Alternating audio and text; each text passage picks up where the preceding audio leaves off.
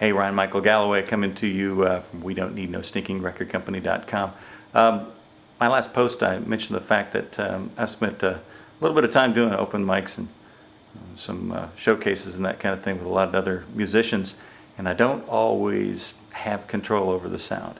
I want to talk to you about a classic mistake, and I've hammered on it before. I'm going to hammer on it again because I keep seeing you guys making it over and over and over and over and over again.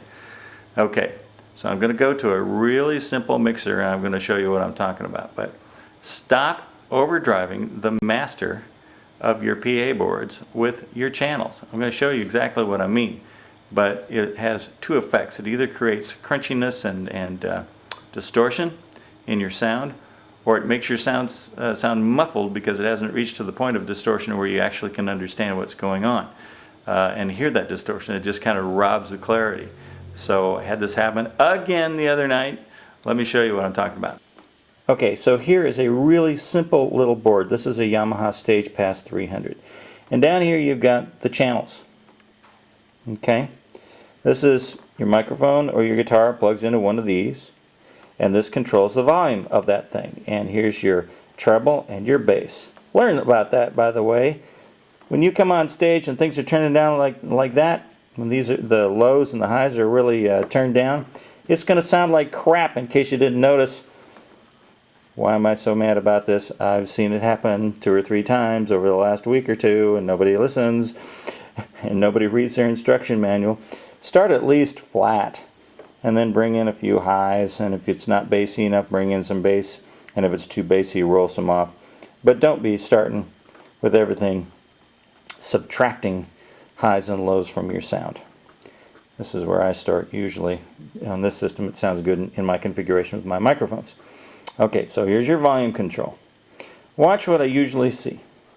I usually see this turned up and the master turned way down. What does that mean?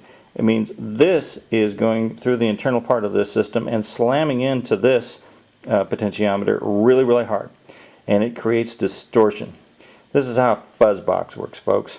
And this is how you get distortion out of your typical setup on a guitar amplifier, where you've got kind of built-in distortion there and you want it to happen, but you don't want distortion happening when you've got a clean acoustic guitar or a vocal coming through. You should be set up exactly the opposite. Turn down the channel, turn up the master.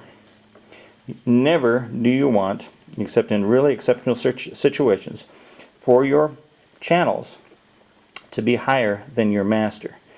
There are times when I've done it and I've had to listen really close to make sure that I'm not creating distortion and that my sound isn't becoming muffled or crunchy. And it usually only happens when the signal is so weak coming in here that you have to crank it up, and it might end up higher than this. But 9 times out of 10, or 99 times out of 100, or maybe even 999 times out of 1,000, this must be lower than this in order to keep from creating distortion. What is distortion? It's that crunch that you might hear in your sound while people are playing. Again, give them some tone. Boost the highs a little bit. Start flat. Boost the highs of the bass as you need them. But whatever you do, make sure that your tones are, your channels are set lower than your master. Okay, got that? Please memorize it. Please, tattoo it on your brain if you can. And that's what I got for you. I'm Ryan Michael Galloway. We Don't Need No Stinking Record Company.com, especially if we learn a few things. So thanks so much. See you next time.